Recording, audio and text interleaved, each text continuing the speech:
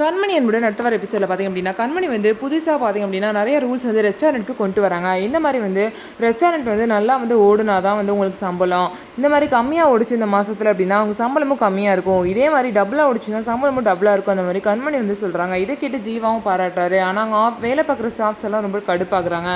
அதுக்கப்புறம் அங்கே ஒர்க் பண்ணுற வீடியோஸ்லாம் யூடியூப்பில் எடுத்து போகிற அந்த பொண்ணு பார்த்திங்க அப்படின்னா என்ன பண்ணுறாங்க அப்படின்னா அன்பு வந்து அந்த ஸ்டூடெண்ட் ஈவெண்ட்டில் நல்லபடியாக சமைச்சு அவங்க ரெஸ்டாரண்ட்டோட மானத்தை காப்பாற்றிருப்பாரு. இதனால் பார்த்திங்க அப்படின்னா ஸ்வீட்டெல்லாம் செஞ்சுட்டு வந்து எல்லாத்துக்கும் கொடுக்குறாங்க அன்பை பாராட்டி.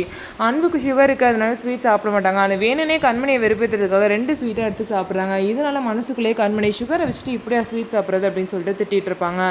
அதுக்கப்புறம் வெண்ணிலா பார்த்திங்க அப்படின்னா கண்மணி வீட்டுக்கு போய் பார்க்கும்போது கண்மணி வந்து வீட்டில் இருக்க மாட்டாங்க. அவங்க வந்து பார்த்திங்க அப்படின்னா அக்கம் பக்கத்தில் உள்ளவங்களாம் கண்மணி எப்பயோ எங்கேயோ வேலை கிடச்சின்னு சொல்லிட்டு கிளம்பி போயிட்டாங்கன்னு சொல்லும்போது கண்மணியோட தொல்லை ஒழிஞ்சிச்சுன்னு சொல்லிட்டு வெண்ணிலா ரொம்பவே சந்தோஷமாக இருப்பாங்க. இனிமேல் அன்பை தேர்றது மட்டும்தான் நம்ம வேலைன்னு சொல்லிட்டு அதில் வந்து கான்சன்ட்ரேட் பண்ணணும்னு சொல்லிட்டு பாட்டிக்கிட்ட போய் சொல்லிட்டு இருப்பாங்க.